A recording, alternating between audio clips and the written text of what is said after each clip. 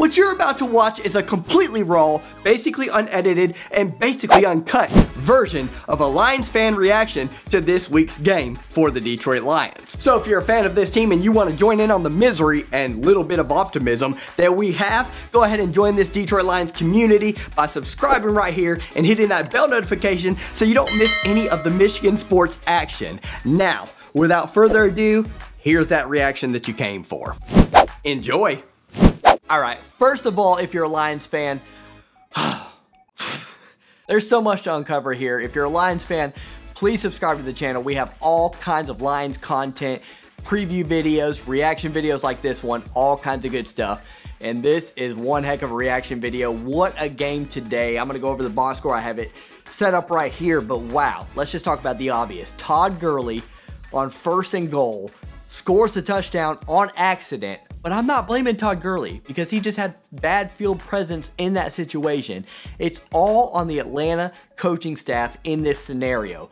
First of all, even before that play happened, they challenged a play.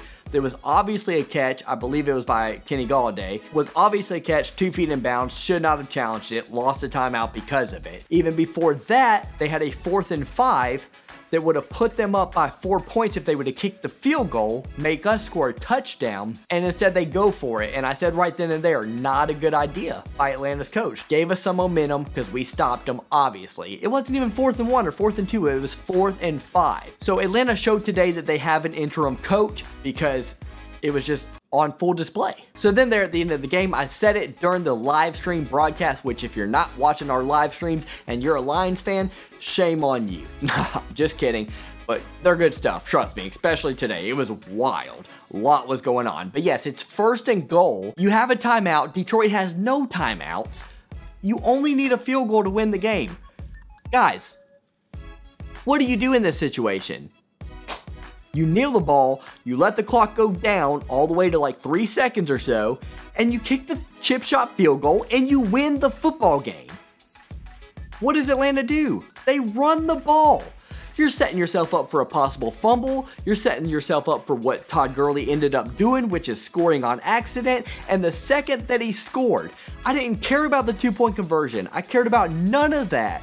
The second he scored, I said, Detroit's going to win this football game. And I'm a Lions fan. We don't get confident very often, so we have to treasure it while it happens.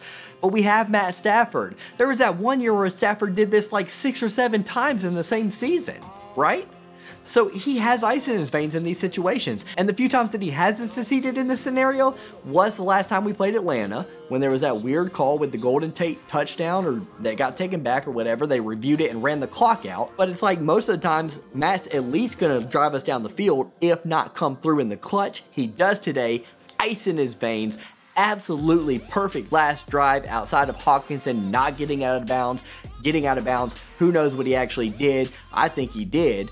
Clock should have stopped, but who cares? We got the W. Came down to one last play with 3 seconds left. Hockenson maneuvers, slides, gets in the end zone, and we win the football game. Amendola still don't even know what he did because I was calling the live stream. He got some kind of excessive celebration penalty or something. I don't know. 15 yards made the extra point.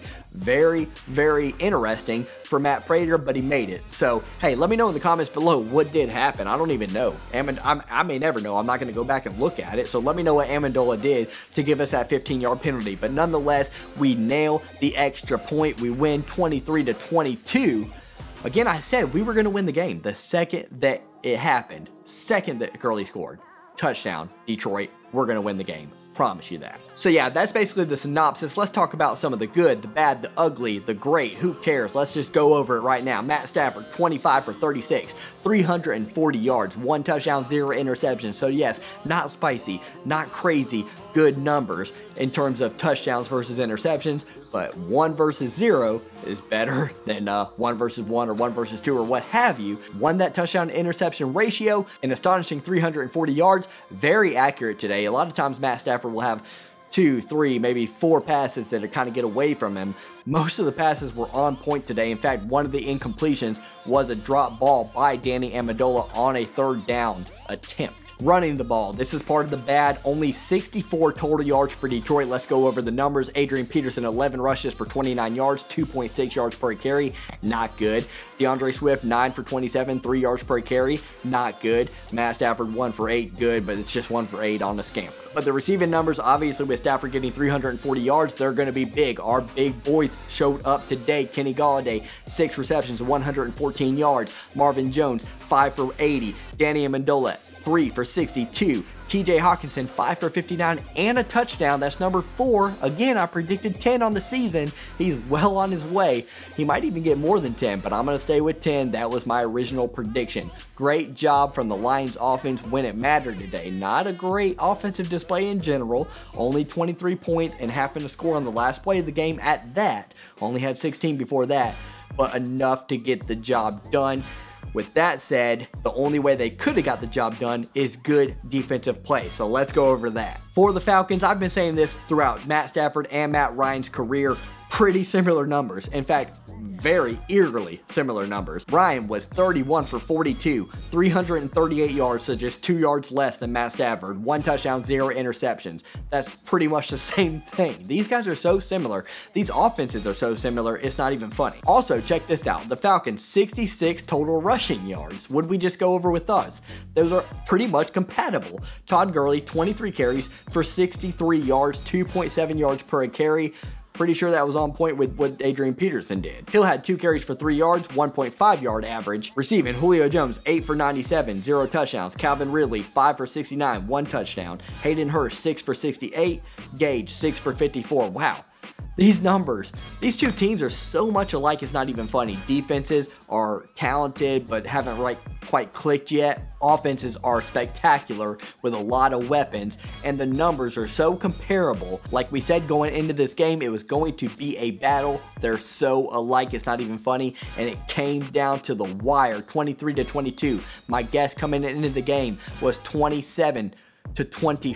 So I was pretty much on point. I said it was going to be on the under card because you had over and under at 55, and I was like, that's right, tinkering with like showing that it might be lower than that. Vegas is showing its cards, showing its hand. I said it was going to be under, so that's why I guessed 27-24. It was even lower than that because defenses came through today. Oh my gosh, what an exciting game. My buddy Phil and I were just going crazy during the live streams. Again, watch the live streams if you're an actual Lions fan, or if you're just a fan of NFL football and close games in general, because the Lions play in a lot of them. Oh my gosh, so many emotions, a roller coaster of emotions, and now we take it to Indianapolis next week, and guess what? It's going to be much the same. I'm telling you right now, that game's coming down to the fourth quarter, down to the wire. You might as well chill for the first, second, and third quarter, and even halfway into the fourth quarter. Don't even take it seriously until there's 7 minutes and 30 seconds left in the fourth quarter. That's when it's going to get interesting. That game's going down to the wire.